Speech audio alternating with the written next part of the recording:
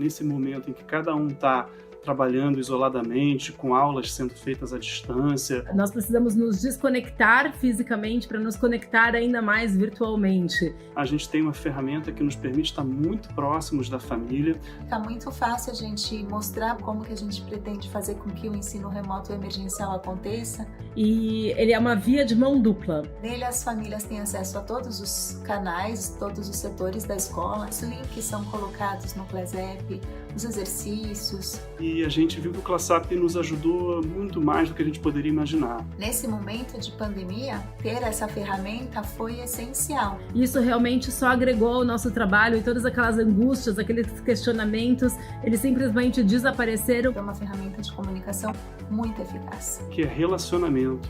O ClassApp realmente faz com que a gente consiga se conectar muito melhor com as famílias.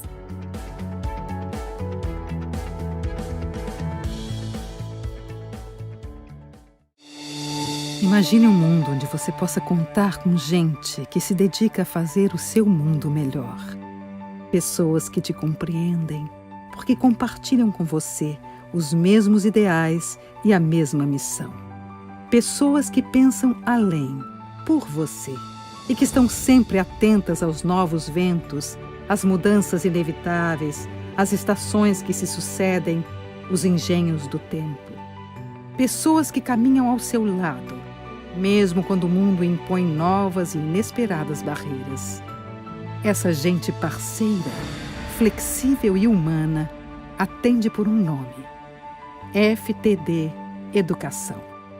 Conte com a gente. Conte com a gente sempre.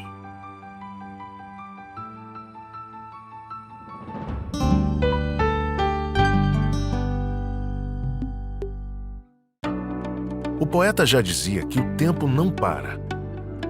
Cabe a nós, agentes da educação, buscarmos ferramentas, métodos e convergências que unam todos em um propósito maior, para que possamos enfrentar os novos desafios, atuais e futuros, com a mais poderosa de nossas armas, o conhecimento.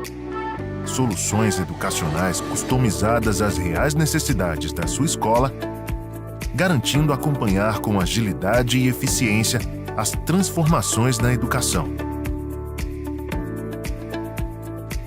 Porque o tempo não para. E o nosso amor por ensinar também não. Sistema GGE de Ensino. Em um momento de mudanças rápidas no mundo, a educação precisa continuar sendo um dos pilares de um novo modelo de sociedade. É fundamental sermos ágeis, aperfeiçoando o que é importante e abertos às novas possibilidades. Nunca a educação foi tão desafiada. Nunca a educação foi tão necessária. Bem-vindos ao Educ. Nossa proposta é dar acesso fácil e aplicado aos melhores conceitos pedagógicos digitais aos professores, com ferramentas práticas de uso imediato, através de cursos de pequena e média duração, desenvolvidos por educadores dos Centros de Excelência Pedagógica do país, com a participação de professores de Harvard e da Finlândia para educadores do Brasil. Nosso primeiro curso, O Professor na Era Digital, busca atender às principais demandas imediatas do ensino básico neste momento, sempre focando nas novas competências necessárias para a formação do estudante do século XXI. Através de seus 13 módulos, o curso oferece ao professor o domínio das técnicas e ferramentas para uma produtiva aula online ou híbrida, sempre de acordo com as diretrizes da BNCC, com a utilização de recursos digitais adequados às suas demandas pedagógicas. Tudo isso para ajudar escolas e professores a criar, transformar e inovar, a serem as novas referências do ensino básico do século XXI. Não é somente sobre gravar aula em vídeo. É sobre os principais conceitos para uma eficiente aula online na melhor relação ensino-aprendizagem. é sobre começar a ser o verdadeiro professor na era digital. ITEDUC, Institute of Technology and Education. Conheça as condições especiais de lançamento do curso. Saiba mais em www.iteduc.tech.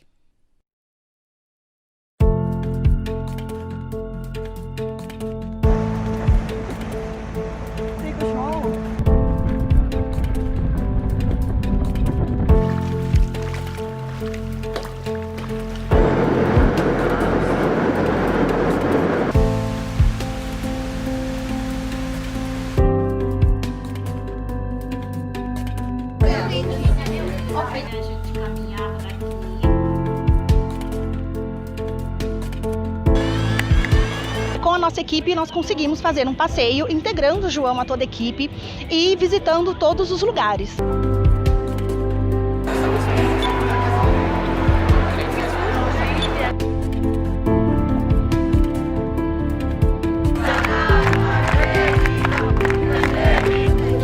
Veio grudando.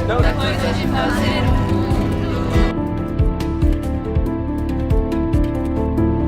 A educação emancipa, liberta e nos conecta com o sonho de dias melhores. Este ineditismo vivido tem dado aos educadores a chance de se verem capazes de aprender e se reinventar, servindo de modelo para toda uma geração. Esse é o momento de promovermos um avanço exponencial na qualidade da nossa educação.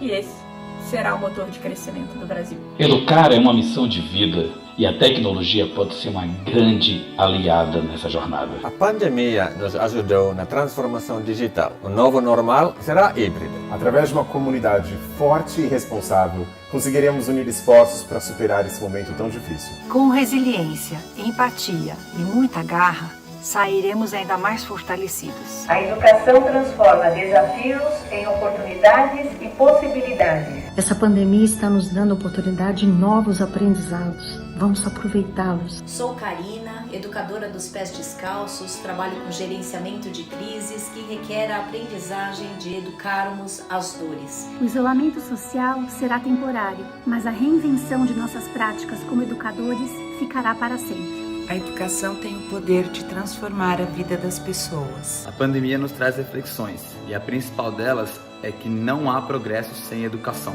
Precisamos investir na nossa educação. É um desafio, mas a gente está preparado.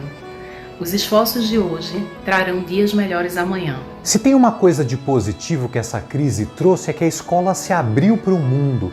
Um sonho antigo da educação. Não vamos perder essa oportunidade, hein? Nunca os professores foram tão valorizados. Vamos superar as dificuldades e continuar acreditando. A educação vai transformar o Brasil. Vamos usar a nossa competência e também a nossa potência para criar, reinventar e aprender. O momento atual é muito desafiador, mas se trouxermos as lições, os aprendizados para dentro da nossa sala de aula, vamos mudar as escolas e a educação do nosso país. A escola é um espaço de experiências significativas, de coletividade e de interação. As interações através do vídeo não têm o mesmo impacto, porque falta o brilho, a temperatura, a tridimensionalidade do real, das pessoas e de nossas emoções. Como a educação vai desenhar uma forma de superar este limite? Educação, a forma mais rápida de mobilidade social. Fazer uma educação mais equitativa, esse é o nosso desafio. Educadoras e educadores têm sido heróicos nessa pandemia. Vamos falar sobre a formação deles? Olá, gestores e educadores. Por meio do evento Educa Week, poderemos compartilhar experiências para melhor atender as crianças. Isso tudo vai passar, e o quão grande sairemos dessa é a lição que deixaremos para a educação do presente e do futuro. Fazer o mundo acreditar. Eu acredito na educação. Eu acredito na educação. Eu acredito na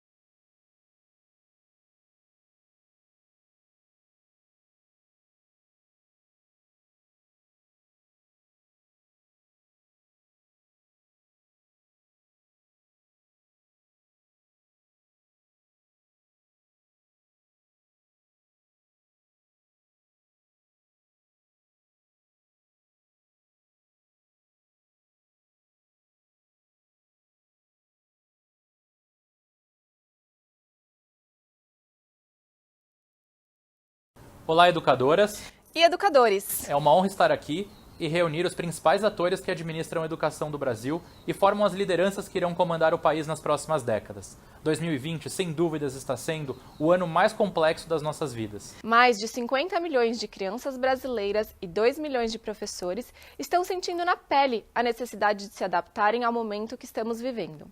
Momento este que vai acelerar o processo de transformação digital e a necessidade, mais do que nunca, das escolas se adaptarem ao jovem do século XXI, nativos digitais que já nasceram grudados nas telas, com todas as informações do mundo em suas mãos e um coração cheio de ansiedades e incertezas sobre o futuro. Esta Educa Week tem a intenção de ajudar todas as escolas do Brasil, públicas e privadas, para conhecerem o que há de melhor na educação, verem os desafios enfrentados, soluções encontradas e para que todos percebam que não estão sozinhos. Levaremos conteúdo dos principais líderes do setor, de autoridades e grandes especialistas. Agradecemos aos presidentes do Educational Leaders, diretores de algumas das melhores escolas do país e gestores da administração pública que se dispuseram a compartilhar seus cases de sucesso e, assim, estão ajudando cerca de 180 mil instituições de ensino a oferecerem o que há de melhor para a construção do futuro do nosso Brasil. Em instantes, daremos início a um novo painel, recheado de informações. Não deixem de visitar a Educational Fair, feira educacional virtual gamificada com inovações para todas as escolas do Brasil. Sejam bem-vindos ao Educa Week 2020.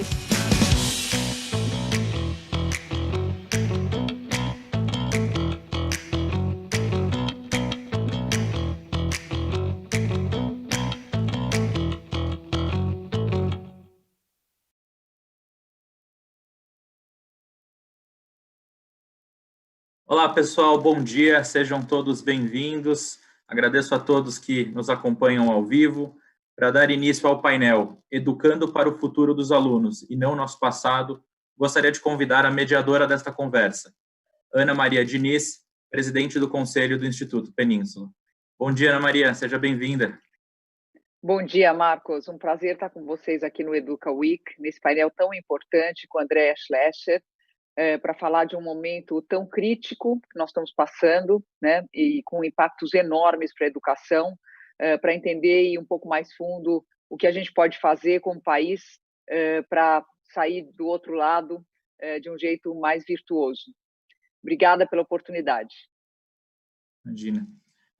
Vamos dar início à palestra exclusiva que o senhor Andreas Schleicher fez para o Educa Week, que foi legendada, e também entraremos ao vivo com o Sr. Schleicher após o momento da palestra no Educa Week. Então, voltamos com o Schleicher em alguns minutos.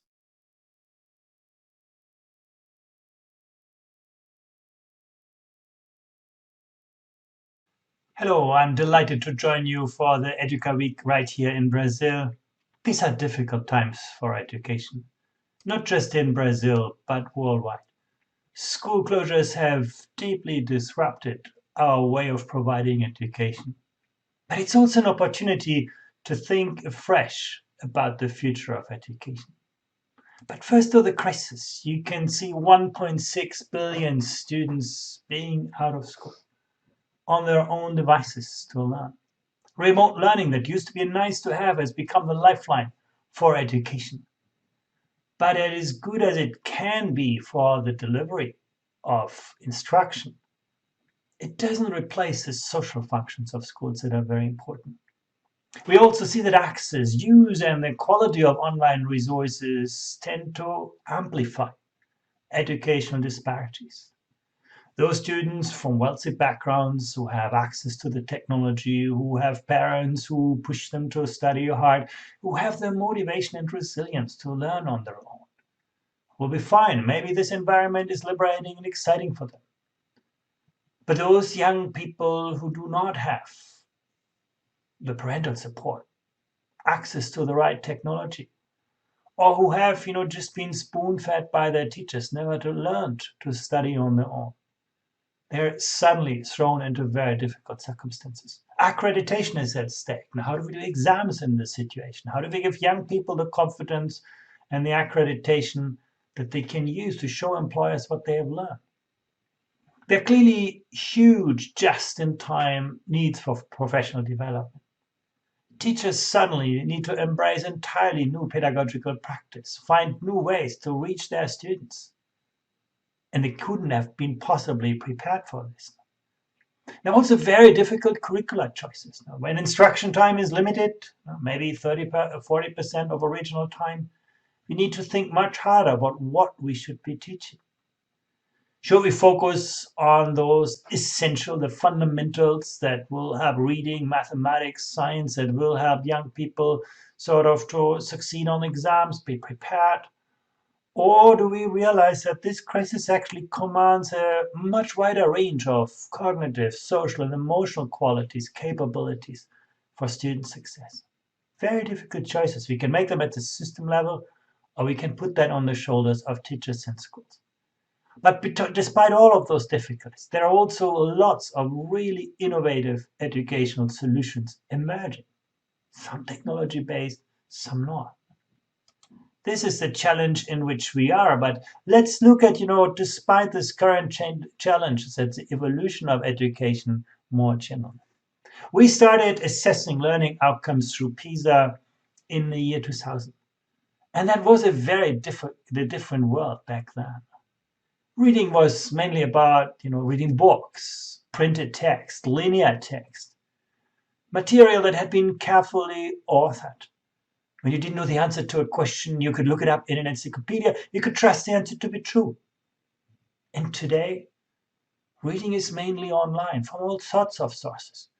When you don't know the answer to a question, you look it up on Google and you will find 30,000 answers to your question. And nobody will tell you what is right and what is wrong, what is true and what is not true. Literacy is no longer just about extracting knowledge from prefabricated sources, carefully authored, carefully proved. Literacy is about creating knowledge, navigating ambiguity, distinguishing fact from opinion. And you can see, actually, it was the year 2003 when we did our second assessment that technology began to emerge. In 2006, when we did our third assessment, that was the year before the iPhone was invented. Twitter was still a sound. The Amazon used to be still a river. But what you can see is when you look at the OECD average score on PISA, it's basically the average of the countries taking part in the OECD on this assessment, you can see it's barely moved. A rapidly changing world, and we cannot see much change in learning outcomes. And then think about 2009. There was a time when social media emerged. We started to talk with our computers. Or 2012, suddenly you can see robotics, cloud computing, big data, biogenetics, huge changes in science and technology, changing the world around us, changing the nature of reading. And now in the last few years, artificial intelligence is fundamentally transforming the way we interact with information. Algorithms become very powerful in shaping our ways of thinking, our ways of working. But what you can see over time is that we have barely seen any change in the quality of literacy skills for young people at the age of 50. This is when we test this PISA. A rapidly changing world, very little change in education. If you would see a line like this on a brain scan, you would get very worried. And that's despite the fact that, we tend to put more resources in education. Now, that's the average picture. At the very same time, some systems have improved. But before I talk about this, I want to just highlight one figure. On average, across the countries for which you have data, just 1 in 10 can distinguish between fact and opinion. Now, you could say that's better than in the year 2000 when it was 7%. But again, we live in a totally different world. And you look to a country like Brazil, it's between 1 and 2% of young people capable to navigate the information sources, albeit in quite complex context, I admit that. But again, we did see progress in some countries. If you look to the 4 Chinese provinces that took part in the PISA assessment, I can barely fit them on the screen here. If I look at Singapore, moving from good to great. Among the OECD countries, Estonia, dramatic progress. And it's in the European terms, a rather poor country, spends 30% less on education per student than the average in the European Union. So some countries are progressing. If you think about Portugal in Europe, a steady progress, despite being badly hit by a financial crisis around 2008, 2009. Poland, another of those education systems that has seen steep progress. Now, if you look at among the countries still with very basic skills, you can look at Peru or Albania. Also there, we have seen really, really good progress. And then, of course, Brazil is an example too. Maybe the improvement has not been that impressive, but you think about it. In the year 2000, just half, a little bit more than half of 15-year-olds were enrolled in school. In the year 2018, it was 65%. So Brazil actually shows the world you can actually add more people to the system and still improve the learning outcomes. And you can see the same in a country like Turkey. So these are quite encouraging results. It suggests that we can actually change things. And I think, again, Brazil is a good example. And that, brings us to this. You can see a country like Sweden that used to be, the gold star in education and doing really, really well. Everybody was looking to Sweden. And then, it declined and declined and declined in the 2000s. But in 2012, it caught the ball, changed things, improved things. And you can see performance rising again. This shows us actually that we can change things. And I think that's very important. And that gets us to the list of countries that you find on the PISA league tables. Some doing really, really well, some doing so-and-so, some having a lot of room for improvement. Some say, well, if I want to improve outcomes, I just need to add more time to the system. Students just don't have enough time to read, to do math, and to science, and so on. And you can see in this chart, there are huge differences among countries in the time that students spend learning.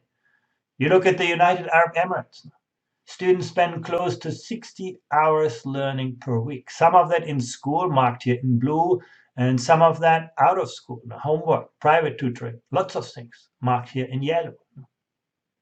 A lot of time going into learning. But then you look on the left side to a country like Finland, you have only about 35 hours per week. Just a little bit more than half of the time that students in the UAE spend learning. Huge differences in the volume of learning time. But when you look at productivity, you can see students in Finland learn a lot in very little time, whereas students in the United Arab Emirates spend a lot of time and learn rather little.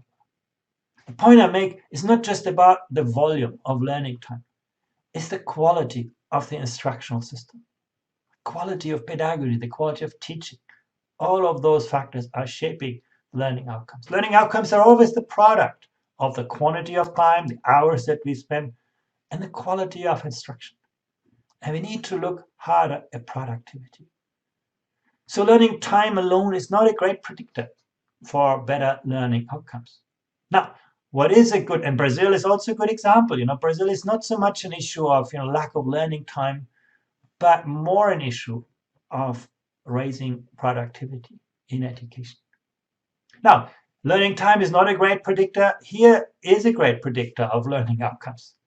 On the horizontal axis, I show you the growth mindset of students. That's basically where students take ownership of their learning, where they believe they can change things. Their success depends on their effort rather than just on inherited intelligence. On the vertical axis, you see the performance of an education system. And you can see the relationship among the two is not perfect, but it's pretty robust, where students take more ownership in their learning, where they believe that they can succeed because of their own effort rather than, because success is about inherited intelligence. They tend to do better. Look at Estonia, #1 in the OECD on growth mindset, #1 in the OECD among performance. Indonesia, on the other hand, has to go a long way on both things. Brazil is sort of a little bit of an outlier. Students actually are quite optimistic about their capability to succeed and to harvest effort. At the same time, they still have more to go when it comes to actually improving outcomes. But overall, that relationship is quite robust. We also see where students have a stronger growth mindset, they seem to be more likely to be motivated to master difficult tasks. They have a greater sense of self-efficacy. less fear of failure. Think about this. If you want your students to be creative, imaginative, they'll have to experiment. If they experiment, they take risks. If they take risks, they're likely to make mistakes. If they're afraid of mistakes, if our systems are not very good to support students to learn from and with mistakes, they're not being so successful. Students with a stronger growth mindset are also more likely to set ambitious learning goals and actually see more of the value of schools. So those things are really, really important. And let's talk even one step further away from the academic outcomes, life satisfaction. You can see on this chart that students in some countries are very happy with their lives. Now, on the left side, on the right side, students are less satisfied with their lives. And that's, of course, also a very important outcome of education. And you can see some of the highest performing education system. Look to Korea, look to Hong Kong, or the 4 provinces in mainland China. Students do really, really well academically and are not happy with their lives. Now, when you look at this, you might think, well, maybe there's a trade-off. If you want students to study hard, to push a lot of pressure on them, you have them succeed well, they become very unhappy with their lives. But then, you see other countries. Look at the Netherlands, look at Finland, look at Switzerland, look at Estonia. The students do rather well on the PISA assessment, and they also are satisfied with their lives. And when you look at what predicts life satisfaction, you can see it's to do with good teacher support, with good parental support, students socializing at school, and also students engaging in more physical activity. And when you think about what predicts poor life satisfaction, it's things like anxiety with schoolwork and also extreme internet use. So once again, we have to look at a broader range of outcomes. Now, of course, the question is, how do we get there? How do we actually advance the education systems? Some say, life satisfaction is something about, your friends, your parents, your families, the environment in which you live. But look at this chart. School has a lot to do with the extent to which students are happy with their lives. The disciplinary climate in the classroom. Is there a productive way of learning? Is a good predictor of students' life satisfaction. Absence of bullying, quite understandably. The sense of belonging. Do students feel that school is a place where they belong, where they make friends, where they have teachers who relate with them? Teacher support in itself. The teacher feedback. The extent to which teachers relate to students, provide productive feedback. All of those factors are not just important for academic learning. They seem to be also correlated with whether students are happy with their lives. And then you look at student collaboration, cooperation. Also that a good predictor of students' life satisfaction. Why I'm telling you this, that school is not just about learning. School has a lot to do with the future of people. And if you think about, how do we move to the future? In the past, it was just about teaching young people something. But the kind of things that are easy to teach, easy to test, have also become easy to digitize, to automate, to outsource. Student success is no longer about, routine cognitive skills. It's about enabling students to develop complex ways of thinking, complex ways of working. I'm going to talk about this in more detail in a moment. In the past, only some students needed to succeed. Today, everybody needs to succeed.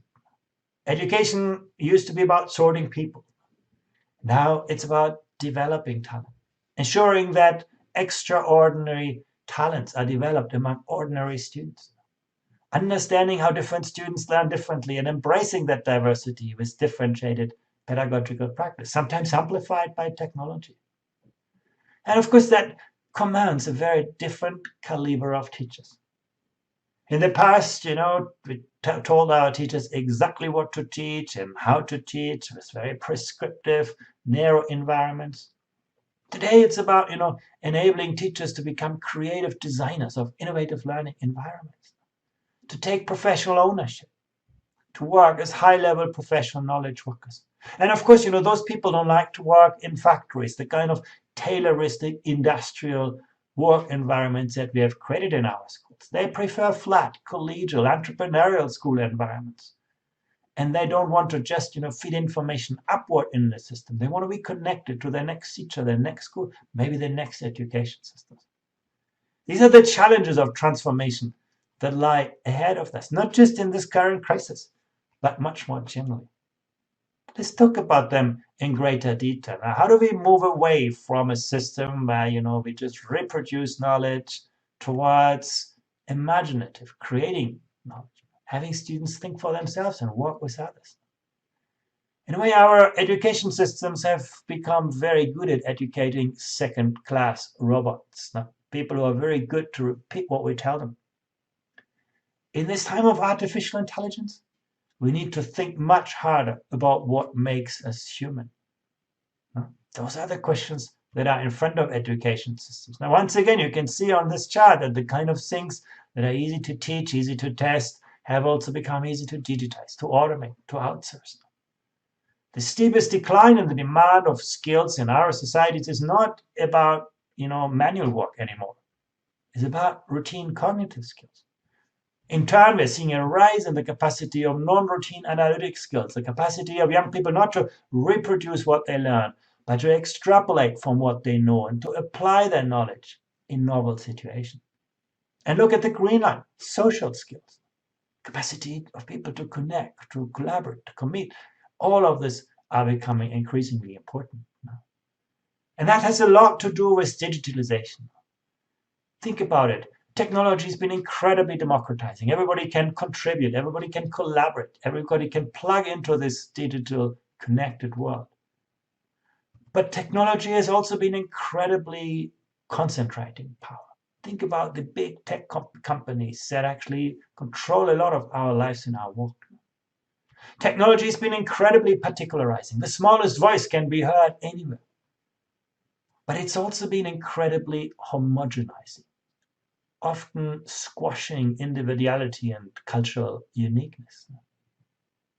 Questions around identity, agency are at the forefront of education these days. Technology has been incredibly empowering. Now, you can see that right here in Brazil. The most successful companies are no longer created by a big industry, but by a big idea. They have the product before they have the money.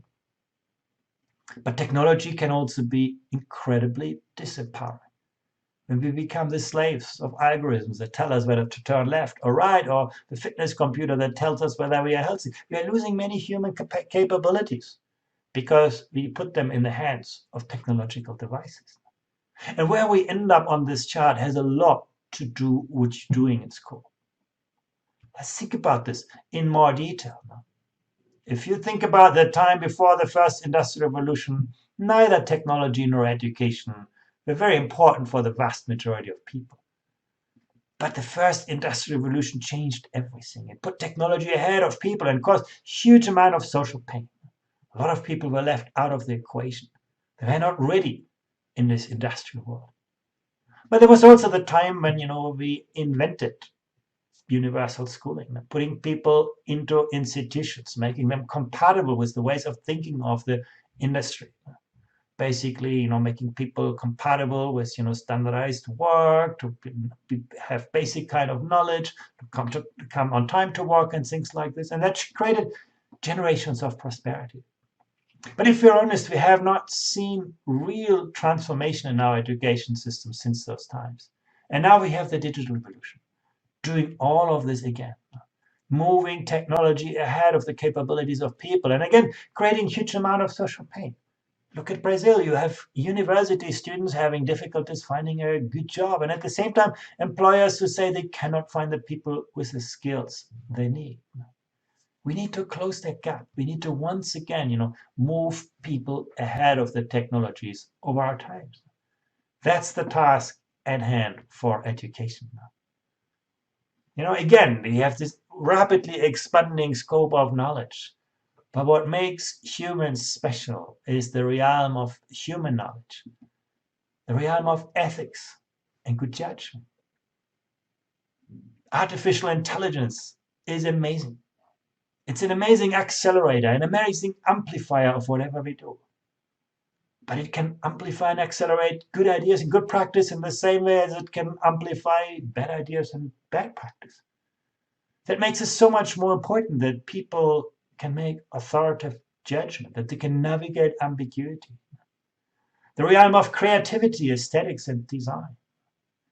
The capacity to imagine, to create, to build something of intrinsic positive worth. That is what differentiates us from technologies.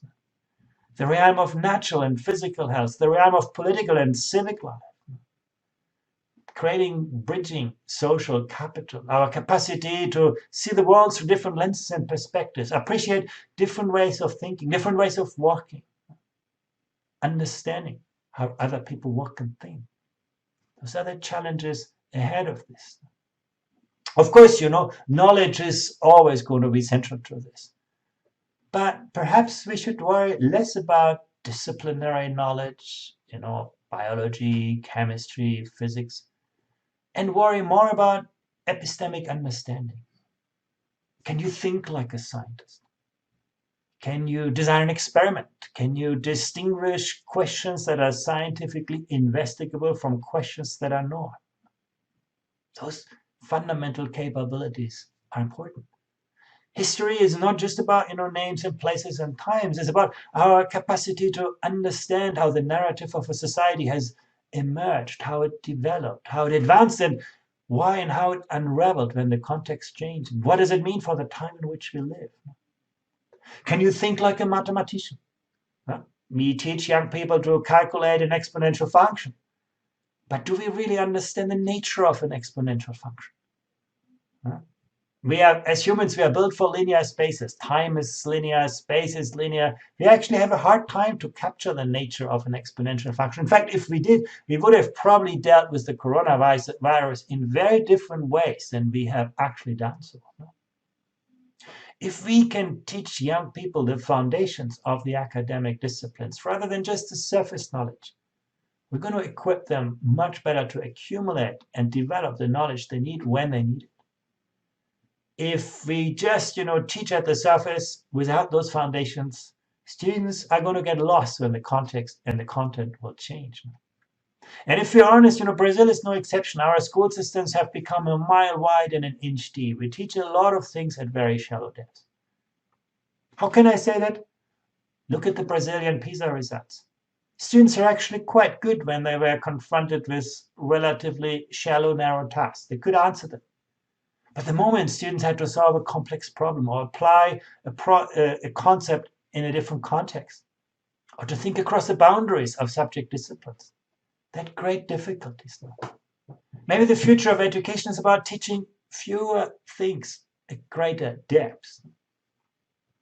And once again, the world no longer rewards us just for what we know. Now, Google knows everything. The world rewards us for what we can do with what we know. Skills. When you think about skills, the first thought is about often creative skills, critical thinking skills, and they're very important. But at least equally important are the social and emotional capabilities of people. That's where actually we make the biggest difference in the world of today.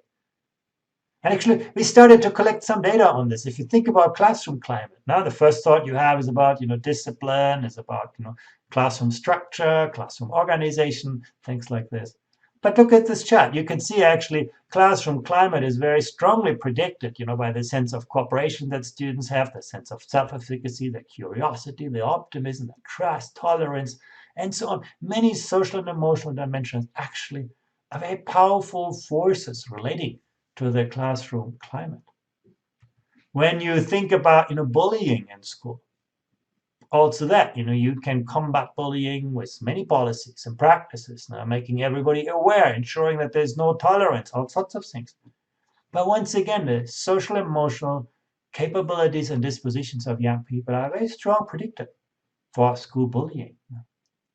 What is also important that, what we learn different things best at different stages of our lives. When we talk about social emotional skills, for example, emotional control is something so important.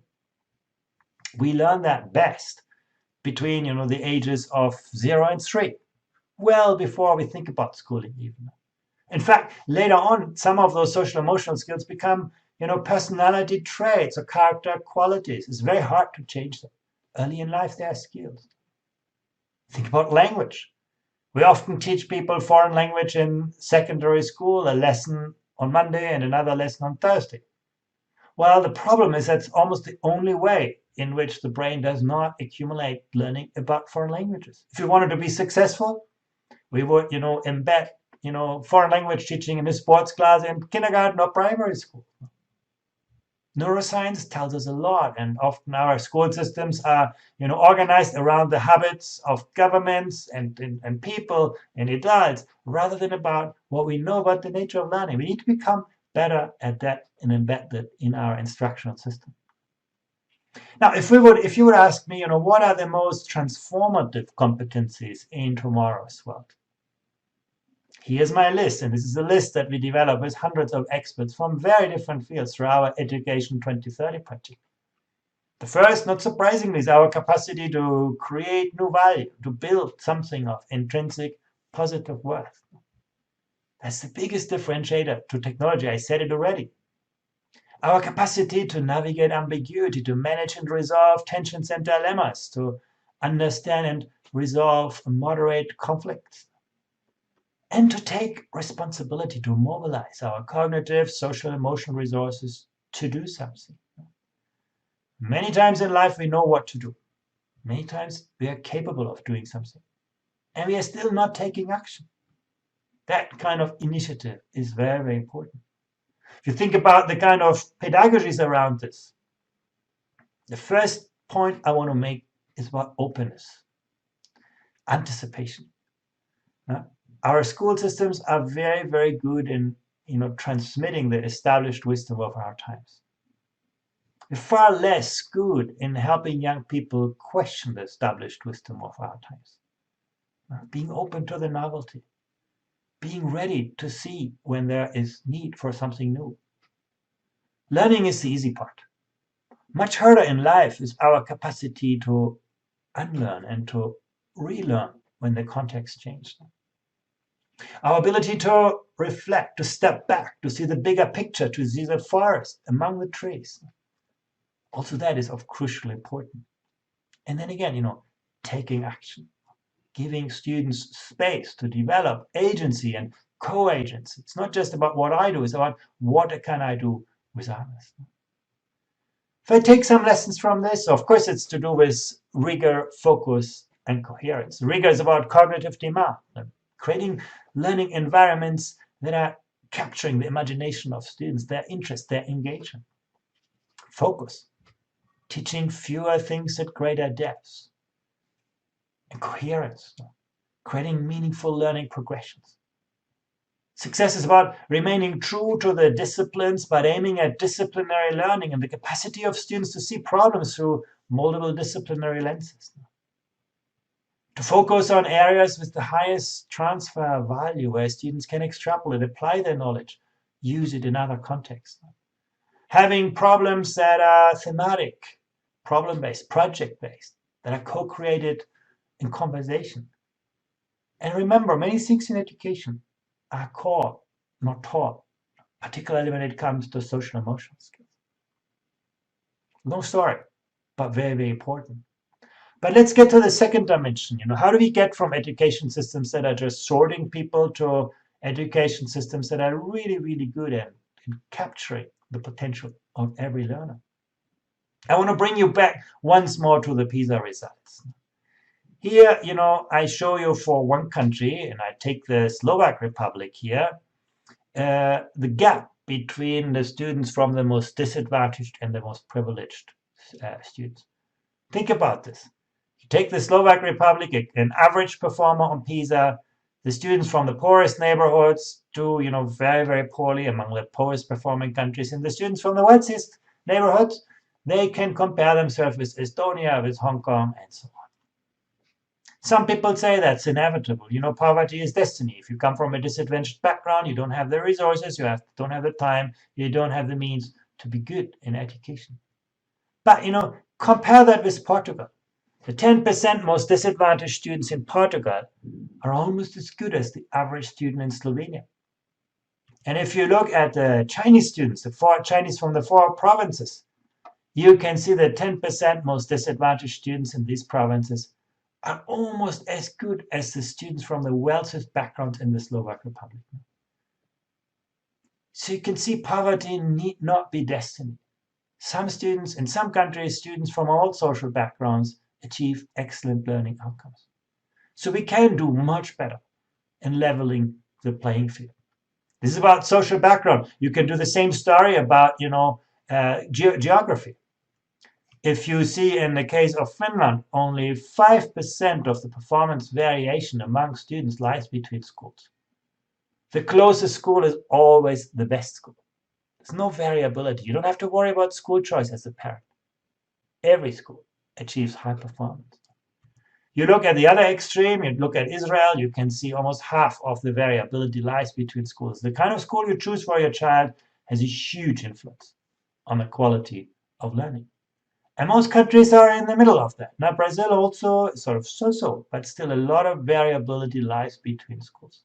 So a lot of hard work in front of Brazil to level the playing field, to ensure that Brazil attracts the most talented teachers to the most challenging classrooms, to make sure that every student has access to excellent teaching.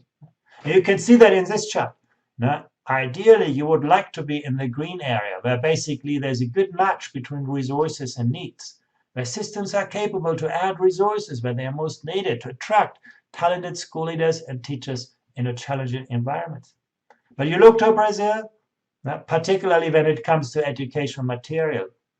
If you go to a disadvantaged neighborhood, your school is going to be less supplied, will have fewer educational resources, poor equipment, poor technology, and also often the less qualified teachers. This is a challenge, not just for Brazil. You can see Brazil is not alone on this. But I mean, closing the gap, matching resources with needs is a huge educational challenge. And again, that actually has a lot to do with the growth mindset of students. You can see that here, where students are growing up with this idea that they can own their learning, that success is about hard work and effort rather than talent. They were much more likely to overcome social disadvantage.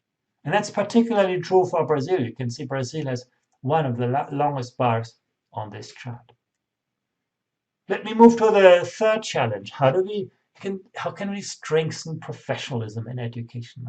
Moving from just looking upwards in the bureaucracy to looking upwards to the next teacher, to the next school, to the next education system. Let me just highlight a couple of points. Teacher professionalism has to do with three aspects.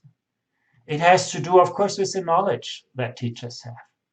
What do teachers know about the subject they teach? Do they have really, that passion for the subject, which students will, realize in the very first lesson? What do teachers know about how different students learn that subject differently? But also, and that's often forgotten, what do teachers actually know about their students as people, their dreams, their aspirations, their wishes? If you are a teacher in Brazil, you spend a lot of time in the classroom teaching. You actually have much less time for working with students out of the classroom setting, working with their parents, families. This is very different in Japan or China or Finland, where actually teachers spend a lot of their time working with individual students, working with each other to develop new pedagogical practice. They teach less, work more. So that's about, the knowledge. But the second part, equally important, is the discretion that teachers have to design innovative learning environments that are right to their students, professional autonomy. And the third aspect is to do with the collaborative culture in schools. To what extent do teachers, work together to share good practice? If you look, for example, just at this last aspect, teacher-professional collaboration. Teachers in Brazil are very social people. They work a lot together. But when you actually study in more detail how they work, you can see actually, yes, they discuss individual students' results, they share resources, they collaborate for common standards and so on. But when you actually get to the deeper layers of collaboration, classroom observation, studying what other teachers do, how other teachers work, is almost non-existing in Brazil. Joint activities, collaborative professional development, team teaching, relatively rare. Why do I highlight this? Because what our data actually show is that the more teachers teach jointly as a team, the more they observe other teachers' classes and provide feedback, the more they engage in joint activities across different classes or take part in collaborative professional learning, the greater their sense of self-efficacy. And of course, teachers who have stronger self-efficacy are much better predicated to actually also deploy strong pedagogical practice. In fact, you can do the same about job satisfaction. If you think about job satisfaction, yeah, it has to do something with salaries, working conditions. But look, what actually shapes job satisfaction most is teacher professionalism, teacher knowledge, teacher professional collaboration, teacher professional autonomy. Those are the biggest predictors that we have in our data set for people being satisfied with their job, being satisfied with their work environment.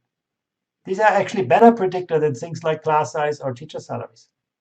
So strengthening professionalism is one of the sources for actually strengthening the esteem of teachers. You can see that even the status of the teaching profession as perceived by teachers is closely related to this. So this is one of the pathways how we can raise the status of the teaching profession. How do we move away from prescription to a much more dynamic environment with greater ownership of professional practices? One of the things that we can see actually is that in some countries, look here at the Netherlands, almost all decisions about education are made at this level of the school. Schools have an enormous range of responsibility.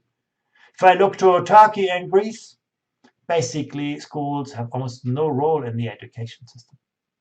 Finland is interesting. You don't make decisions on your own. You always make decisions in consultation, collaboration with a higher level of authority. It's a very kind of collaborative environment. But what I wanted to show you simply is the role of school, the school influence on their learning environment varies hugely across countries. And actually, our data show that it can make a difference. Now, there was a strong correlation between the responsibilities that school leaders and teachers have for the way they manage resources, they design the curriculum, they influence disciplinary climate, assessment policies, admission policies, and learning outcomes. So again, strengthening professional autonomy and a collaborative culture seems to be one of the pathways that successful education systems pursue. The past was divided, teachers and content were divided by subjects and student destinations, and schools are usually very good to keep students inside and the rest of the world outside. When we think about the future, we need to look at much more integrated learning environments, integration of subjects, integration of students, integration of learning context, and also connect learning better with real-world context. Learning that is less subject-based, more project-based. And that level of integration is really hard because it's not about asking teachers to mix up everything. It's about getting the mathematics teacher and the history teacher and the sports teacher to work much more closely together to design more coherent learning environments. And also parents, last but not least, you can see actually, where parents were interested in the students' school activities. According to the students were more likely to be ambitious, to be happier with their lives, and to feel less lonely. So again, getting parents on board. Good education is always about everybody's business, building bridges. And that's once again something that, a country like Brazil can learn from countries like Vietnam or China, where actually that social fabric is very, very strong. If you are a parent, you would get every day, some pictures from your classroom of your children. You can kind of participate in what the children do, and so on. So technology is being levered to actually build close connections. And last but not least, success is also about making policies very coherent and well aligned. It's very hard to do. We often do things and then we do tomorrow something else, and then people lose trust in whatever we have done. Aligning policies over consistent and coherent periods of time is something that we can learn from successful education systems.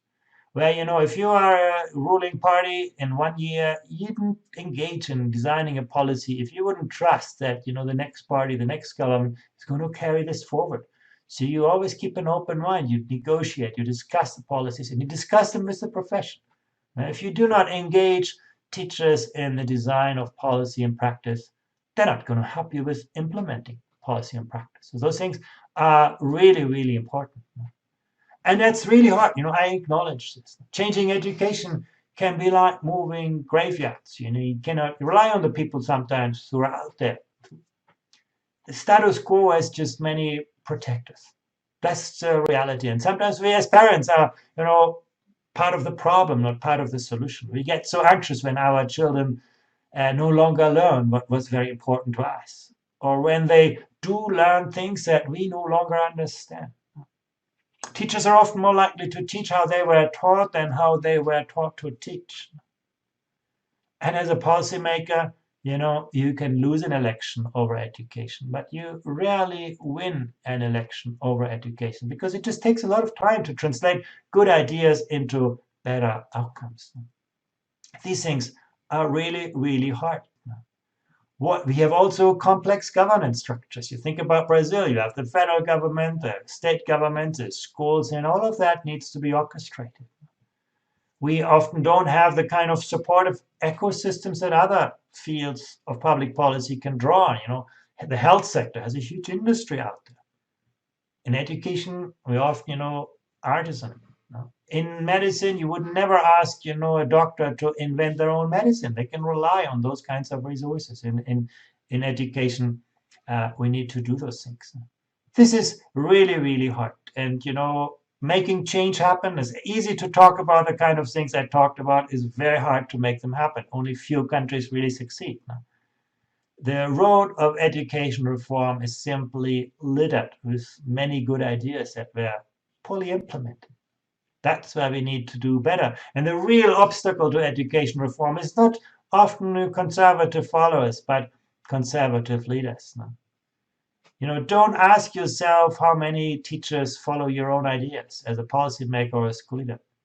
Ask yourself how well your teachers can collaborate among themselves. And programs, ideas never scale. It's always culture that scales. And culture is always the hallmark of effective leadership. Culture is about system learning. It's about system-wide innovation. It's about purposeful collaboration. Those are the things we need to think harder about. The laws, regulation structures, and institutions are often just a small, visible tip of a huge iceberg. As education leaders, we're rarely successful unless we can build a shared understanding, bring people on board, engage the profession, create true professional ownership. Engaging stakeholders is so crucial. Carefully piloting the ideas that we have, making sure that our ideas are backed up with sustainable resources. And that's not just money, it's most importantly capacity in the system. Time our ideas very carefully. And then last but not least, looking outward. Education leaders need not just to look forward, but also outwards. That's not about copying and pasting solutions from other places. It's about looking seriously and dispassionately at good practice in our own countries, but also elsewhere, to understand what works in what context. School systems that feel threatened by alternative ways of thinking, they get often trapped in old practice, in bad practice. The ones that progress, that are open to the ones that are open to the world, that look outwards, that are ready to learn from and with the world's education leaders. Thank you very much.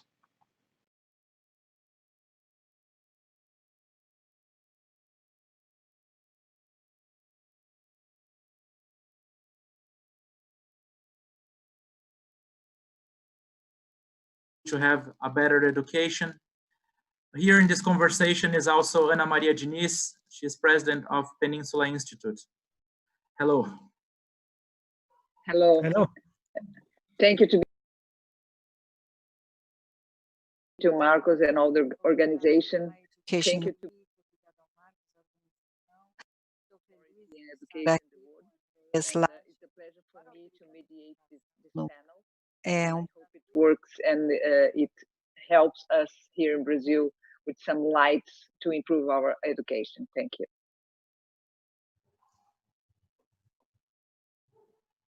So can I start with the first question? Posso fazer a pergunta? A maior during the pandemic, 1.5 billion students stayed out of the school at least for 3 months. In some cases, half of the year. Here in Brazil, the situation is still very serious. What are the consequence for education in the world this crisis causes? Da pandemia. Como você disse, muitos não podem mais frequentar as escolas, principalmente as crianças que não sabem estudar sozinhas ou não contam com o apoio dos pais ou não têm acesso a aulas online. É um momento complicado, porque a escola não é somente um lugar para se aprender, é um ambiente social, principalmente para as crianças que podem não ter esse ambiente em casa. E para os jovens que já aprenderam a como aprender, que são autônomos, que já aprenderam muita coisa, isso pode ter sido uma experiência liberadora, mas vamos ver maiores disparidades no ambiente educacional. Yes, we know that half of students in the world didn't have access to online education and during the pandemic. In Brazil, the number is even more dramatic. I think only 40% of the students have access to online education, or because they don't have connectivity, or because they have a proper device to study. This means that we are opening the gap, and this is a major preoccupation for everybody that works with education in Brazil. What can we do to close this gap? How can we approach this problem when we return in order? Ou abordar este problema para termos um resultado menos ruim. Em primeiro lugar, eu reconheço esse desafio, mas eu vejo que os professores no Brasil estão muito comprometidos para fazerem o que puderem para chegar aos alunos, e eles usam o rádio, usam a televisão, e muitas vezes os professores se conectam aos alunos individuais, e eu vejo muito comprometimento dos professores. Mas, obviamente, quando as crianças voltarem à escola, os professores vão encontrar um mundo diferente. Alguns jovens terão experimentado algo muito bom na educação online, mas muitos estarão desconectados da escola. A realidade mudou. E para voltarem à escola, eu acho que vai ser um grande desafio. Os professores terão que reconhecer isso, que os alunos têm diferentes maneiras de aprender. Acho que será um grande teste para os professores se tornarem não somente bons instrutores, mas bons coaches, bons mentores, bons facilitadores, bons avaliadores. As exigências serão enormes. O ensino online não vai desaparecer. As escolas também no Brasil vão adotar o modelo híbrido, e o distanciamento social vai significar que as escolas não poderão funcionar com capacidade total. Portanto, as escolas terão que ser muito criativas para combinar o mundo virtual com o mundo real e trazer essas crianças de ambientes desfavorecidos. E muitas crianças não têm alternativas, portanto, há uma enorme responsabilidade em nível local. E essa não é um ponto forte da educação brasileira. As pessoas muitas vezes simplesmente obedecem ordens, mas agora deverão ser muito mais criativos, flexíveis e autônomos para responder a esse desafio. Sim, uma boa notícia é que estamos trabalhando com empresários e organizações civis. Há grandes movimentos no Brasil para influenciar as políticas públicas para a universalização da internet. E acho que teremos uma lei de telecomunicação em breve no Brasil, cujo objetivo é conseguir essa universalização da internet no Brasil. Não sabemos quanto isso custaria ao país e estamos medindo, na verdade, o impacto da ausência de internet. Eu acho que seria um bom momento para influenciar os políticos e as políticas públicas para conseguirmos isso. Então, esse seria um bom resultado da pandemia. Em geral, este é o momento em que a educação se tornou um projeto da sociedade como um todo, e não apenas no Brasil, em muitos países. Não é mais o público versus o privado, todos juntos, e vemos aí várias organizações da sociedade civil realmente tomando para si a responsabilidade de construir ambientes sociais para os alunos, de melhorar a tecnologia. A Colômbia, que uma das primeiras coisas que fizeram foi disponibilizar gratuitamente conteúdo escolar por telefones, por rádio. As crianças, então, recebiam educação gratuita. E isso, na verdade, não é muito caro, mas é uma coisa totalmente nova para os sistemas de ensino. E não se trata de dinheiro. A gente pensa na escola como um local e não como uma atividade. E pensamos no prédio da escola e não no mundo de aprendizagem. E, nesse momento, isso tem que se tornar um projeto da sociedade. Com certeza, nós lançamos uma campanha no Instituto Península com parceiros da educação para incentivar as pessoas a doar um segundo dispositivo. Muita gente tem vários computadores ou outros dispositivos dentro de casa que não utilizam, e essa é uma oportunidade aqui de falar desta campanha que lançamos. Eu posso aqui mostrar daqui a pouco o site do Educa Week para incentivar essa doação. Acho que é momento da sociedade se envolver. E o senhor está certo. Eu tenho visto uma resiliência no sistema educacional no Brasil. Eu vejo alguns pais agora valorizando mais os professores, porque perceberam que tem que educar as crianças em casa e estão sentindo aí o peso da dificuldade. E os professores estão sendo mais valorizados. Como o senhor vê o papel dos professores? Porque temos 2 milhões de professores no Brasil e muitos não tinham acesso à educação online. É a primeira vez que estão tendo que fazer isso, estão sendo muito criativos, muitos estão gerando conteúdo, estão pensando em novas maneiras de dar aulas online. Como o senhor acha que nós podemos promover esta proximidade com a tecnologia quando voltarmos à escola presencial? O que podemos fazer rapidamente para ajudar e apoiar os professores neste caminho? Bem, do lado positivo, de novo, o Brasil tem tido muito movimento aí por parte dos professores, muito mais do que nos anos anteriores. Então, eles estão tentando se familiarizar com as novas tecnologias. Isso é muito positivo. O que podemos ver é que, num ambiente onde a tecnologia amplifica as melhores práticas, os professores já estão prontos para adotá-las, mesmo aqueles que não tinham experiências anteriores. Se no futuro vocês quiserem que isso seja parte da prática, teremos que dar mais espaço aos professores para experimentarem nesses ambientes de ensino online.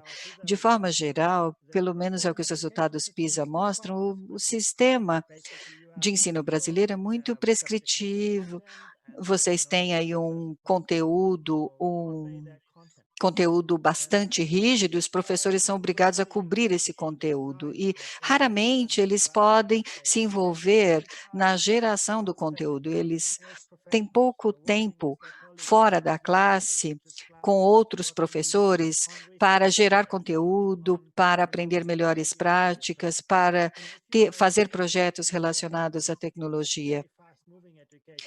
E Existem sistemas de ensino muito rápidos, por exemplo, no Vietnã e na China, eles dão menos aulas, mas eles trabalham muito mais fora da aula, trabalhando com outros professores, não apenas aprendendo ou melhorando suas práticas educacionais, mas aprendendo sobre plataformas digitais. Por exemplo, há plataformas onde eles podem compartilhar seus planos de aula e comparar as suas métricas, e muitas vezes eles estão sempre criticando as práticas uns dos outros. E no final,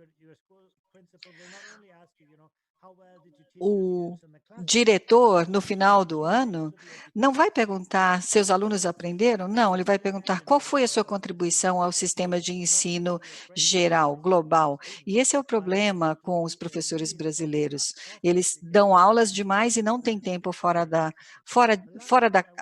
sala de aula.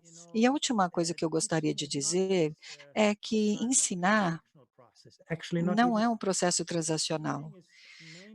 Ensinar é um processo relacional e é muito mais difícil isso do que a tecnologia. Muitos professores são capazes de usar a tecnologia, mas nesse momento você precisa chegar a cada um dos seus alunos. Eles não estão mais lá na sala de aula, na sua frente. Você tem que ir atrás deles, você tem que encontrá-los e conhecer os seus sonhos e aspirações e suportá-los e dar apoio a eles. Eu acho que é isso que os professores têm que fazer no momento. E eu vejo muitos professores pensando em como dar aulas, em como montar o processo de ensino. E pensar sobre o processo é uma coisa muito produtiva, os resultados são melhores, e é um resultado da crise também. Uma outra pergunta sobre a evasão escolar. Eu tenho trabalhado com algumas pessoas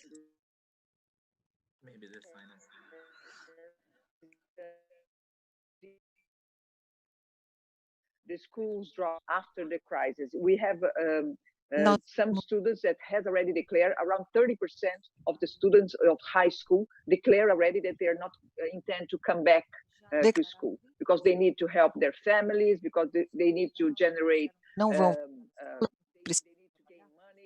família, querem ganhar. a big worry about many secretaries of education in Brazil. É uma grande What is your para os suggestions for address this problem? suas sugestões. I think it's a very difficult challenge, but not just one for the short term, also for the long run. You know, Mas não if you would no longo prazo. Se você gerenciasse um supermercado, não uma escola, e descobrisse que de 100 clientes, 30 saem sem comprar nada, e isso acontece toda semana, mês, você começaria a mudar o seu estoque. A gente não fez isso na educação. E o motivo por que os alunos vão embora, sim, eles precisam ajudar suas famílias, mas por outro lado, é que o que eles aprendem não lhes parece relevante para a vida. E eu acho que este é o grande desafio para a educação no Brasil, ir além dos resultados cognitivos, ter também aprendizagem social, emocional, coisas que os alunos realmente valorizem. Eu acho que a resposta de curto prazo é: encontre seus alunos e traga-os de volta para a escola, isso é importante.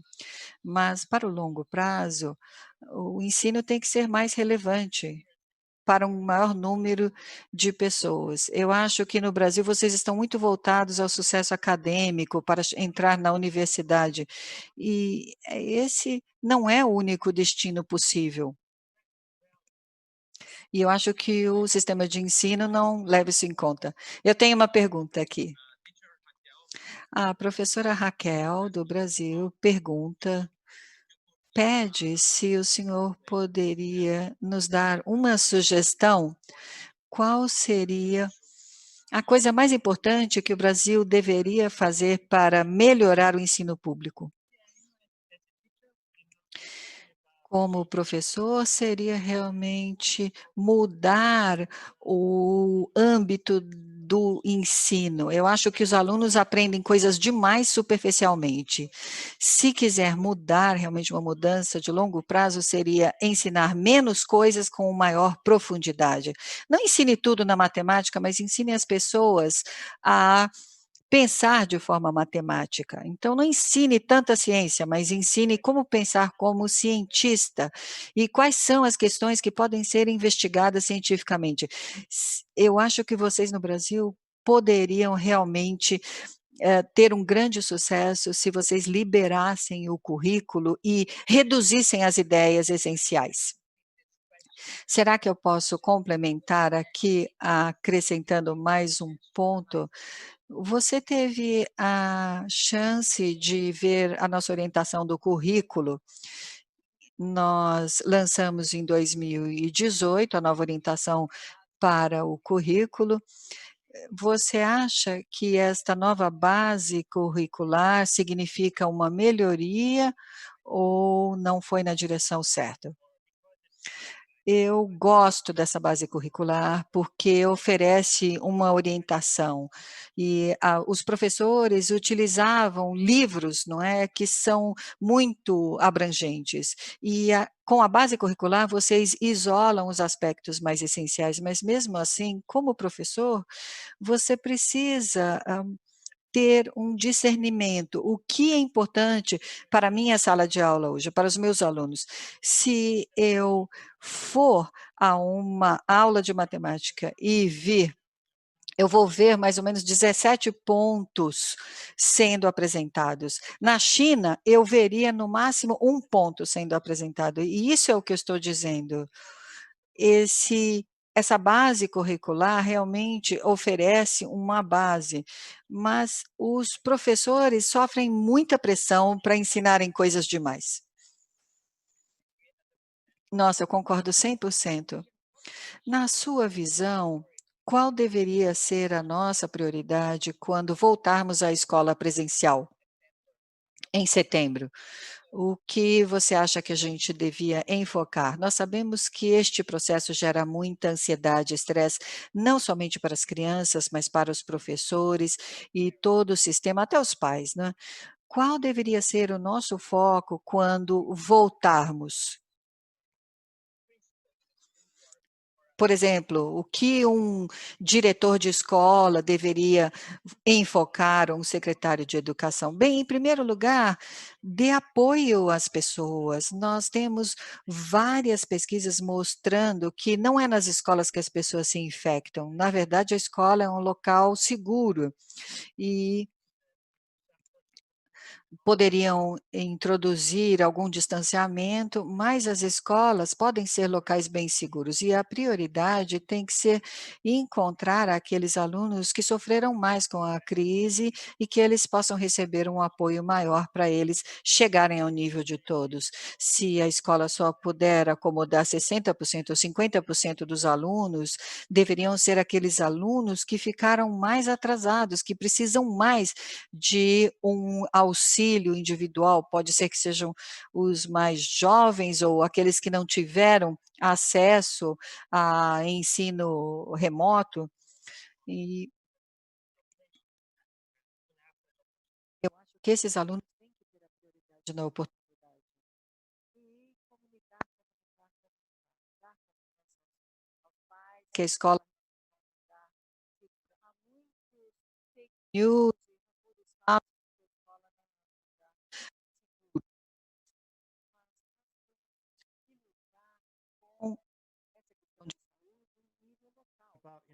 when do I need to give special support to a teacher? When do I need a quarantine arrangement for a teacher? And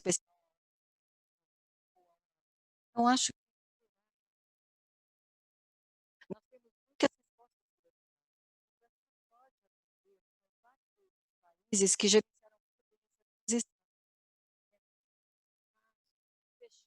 abrir abertura, exemplos no mundo. Que países eu citaria como bons exemplos para o Brasil? Os países asiáticos, Vietnã,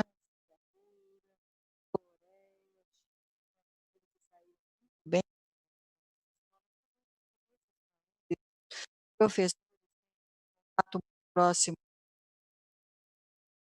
If you know only your subject and how students learn that subject, but you do not know your students really well, you're going to have a hard time in reopening your classroom. So that's very, very important.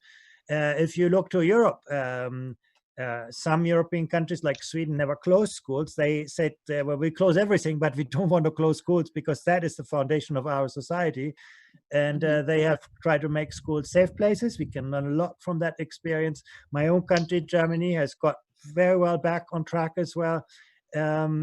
So I think, yeah, around the world, you find, I think, many countries that are well advanced on that track. Avançados nessa questão. Eu tenho uma questão aqui, uma pergunta da Maria do Rosário. Ela está dizendo que a tecnologia está revolucionando o ensino. Como fazer com que os alunos realmente se engajem? Posso? Bem, há alunos que têm um perfil muito fácil para se engajar. Como lidar com esses dois perfis? A gente faz a mesma pergunta dos professores. A tecnologia nunca vai funcionar se os professores ou alunos forem somente consumidores. A tecnologia só vai funcionar se os professores e alunos estiverem ativamente envolvidos nas soluções, sem criar espaços nas escolas onde os alunos possam participar, onde o desenvolvimento desses cursos online os torne co-criadores num ambiente criativo. Na verdade, vemos que os alunos gostam de participar de várias maneiras, e a mesma coisa vale para os professores. Dê aos professores tempo, espaço e apoio para que participem na geração do conteúdo e teremos um ambiente bem diferente. Novamente, eu estou dizendo simplesmente do que vejo em outros países. Vocês ficarão surpresos quanto dos seus professores vão se tornar especialistas em tecnologia rapidamente, porque não estamos falando de tecnologia, mas de tomar o controle. Quanto tempo ainda temos, Marcos? Bem, eu preciso sair em menos de 6 minutos. Última pergunta. A sociedade está passando por uma grande transformação. Estamos aprendendo muito sobre novos processos. O desemprego que era já um grande problema, com proporções gigantescas. A pergunta é, como lidar com as escolas? To address this new world, how can we prepare our students to deal with this new world? Aparecendo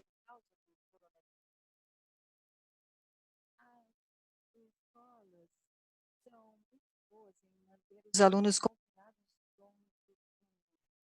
Isso não é bom. Nós temos que construir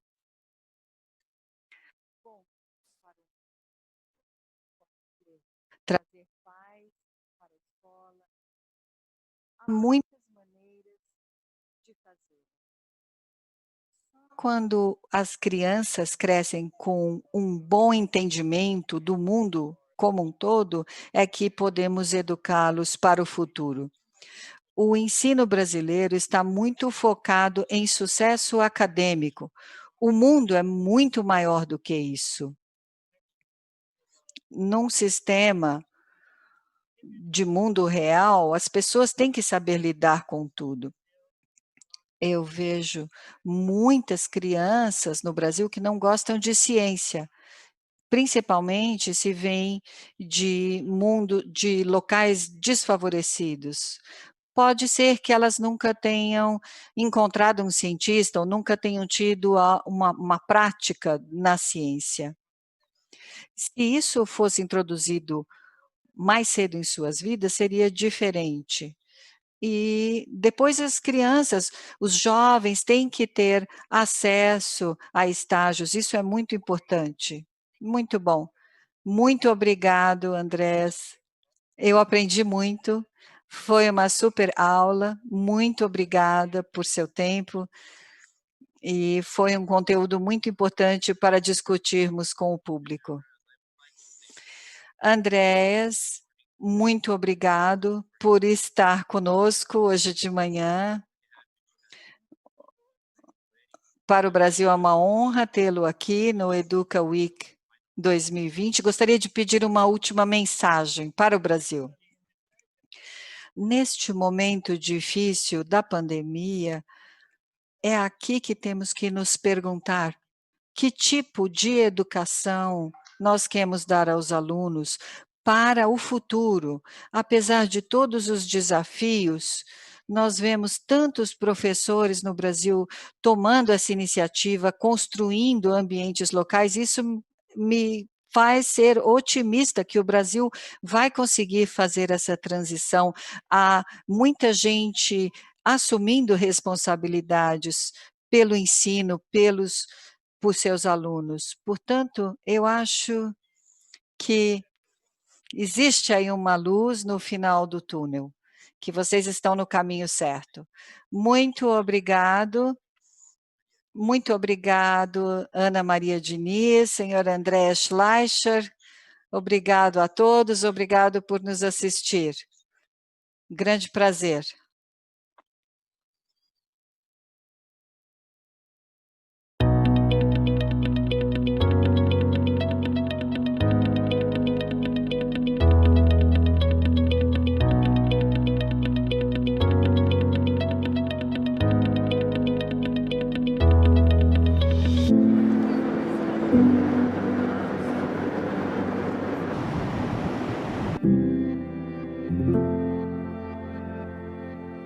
Eu tinha uma imagem de caverna na minha cabeça que é totalmente assim, cada caverna é diferente da outra. Quando você escuta as histórias, você começa a ligar os pontinhos, da matéria, da teoria com a prática. Com a nossa equipe, nós conseguimos fazer um passeio, integrando o João a toda a equipe e visitando todos os lugares. É possível que nós possamos trazer todos os alunos que sejam portadores de todas as formas de deficiência para uma inclusão efetiva.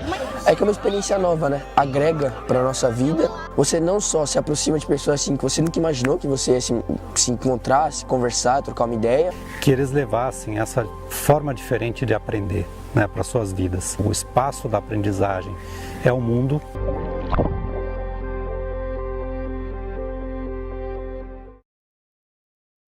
Bom dia, gente. Sou o Vitor Del Rey. Sou o head da Escola da Ponte para Pretos, que é uma escola que ensina competências que o mercado de trabalho hoje tanto demanda para talentos negros, né? Então, a gente trabalha no modelo de trilhas, então a gente tem a trilha de linguagem, que são os idiomas, a gente tem a trilha de design, a gente tem uma trilha de competências socioemocionais, a gente tem uma outra trilha que é de tecnologia e uma outra trilha que é mais voltada para a galera do empreendedorismo, né? Então, a gente costuma dizer que a gente ensina de línguas a linguagens. A gente está com uma campanha de arrecadação coletiva e você pode doar para a Escola da Ponte a partir de R$5, mas lembrando que a nossa campanha ela é contínua. Então, todo mês você pode se responsabilizar com R$5. Estou passando aqui para pedir teu apoio, o QR Code está aí, doe, participe e ajude a Escola da Ponte a ficar de portas abertas. O movimento Conta Comigo é uma ação de arrecadação de doações para investimento na educação de crianças negras. Nós acreditamos que através da educação a gente consegue criar uma sociedade mais justa. E como nós fazemos isso? Nós identificamos iniciativas educacionais, arrecadamos doações e investimos em crianças e jovens negros para ocuparem essas bolsas. A nossa primeira parceria é com o Elite Transforma. Com eles, o nosso objetivo é garantir que 20 crianças negras estudem do 6º ano do ensino fundamental ao 3º ano do ensino médio. Com um mês de arrecadações, nós nós já conseguimos garantir 1 ano dessas bolsas, mas a nossa meta é arrecadar R$1.300.000 para que a gente consiga de fato acompanhar a vida escolar desse aluno até o 3º ano do ensino médio. Este é um passo para transformar a indignação em ação e nós contamos com a sua colaboração. Faça a sua doação e siga a nossa página no Instagram, @ContaComigoMovimento. A educação emancipa, liberta e nos conecta com o sonho de dias melhores. Este ineditismo vivido tem dado aos educadores a chance de se verem capazes de aprender e se reinventar, servindo de modelo para toda uma geração. Esse é o momento de promovermos um avanço exponencial na qualidade da nossa educação. E esse será o motor de crescimento do Brasil. Educar é uma missão de vida e a tecnologia pode ser uma grande aliada nessa jornada. A pandemia nos ajudou na transformação digital. O novo normal será híbrido. Através de uma comunidade forte e responsável, conseguiremos unir esforços para superar esse momento tão difícil. Com resiliência, empatia e muita garra, sairemos ainda mais fortalecidos. A educação transforma desafios em oportunidades e possibilidades. Essa pandemia está nos dando oportunidade de novos aprendizados. Vamos aproveitá-los. Sou Karina, educadora dos pés descalços, trabalho com gerenciamento de crises que requer a aprendizagem de educarmos as dores. O isolamento social será temporário, mas a reinvenção de nossas práticas como educadores ficará para sempre. A educação tem o poder de transformar a vida das pessoas. A pandemia nos traz reflexões e a principal delas é que não há progresso sem educação. Precisamos investir na nossa educação. É um desafio, mas a gente está preparado. Os esforços de hoje trarão dias melhores amanhã. Se tem uma coisa de positivo que essa crise trouxe é que a escola se abriu para o mundo. Um sonho antigo da educação. Não vamos perder essa oportunidade, hein?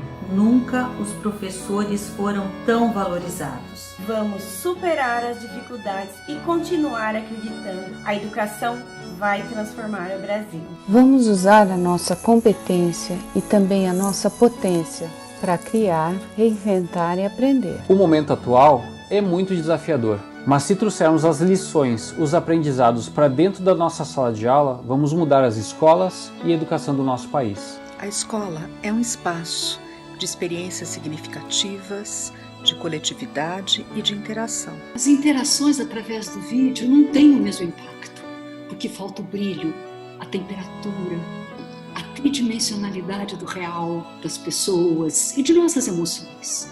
Como a educação vai desenhar uma forma de superar este limite? Educação, a forma mais rápida de mobilidade social. Fazer uma educação mais equitativa, esse é o nosso desafio. Educadoras e educadores têm sido heróicos nessa pandemia. Vamos falar sobre a formação deles? Olá, gestores e educadores.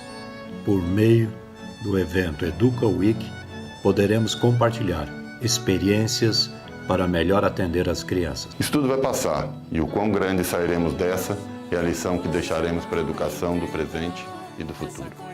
Fazer o mundo acreditar. Eu acredito na educação. Eu acredito na educação. Eu acredito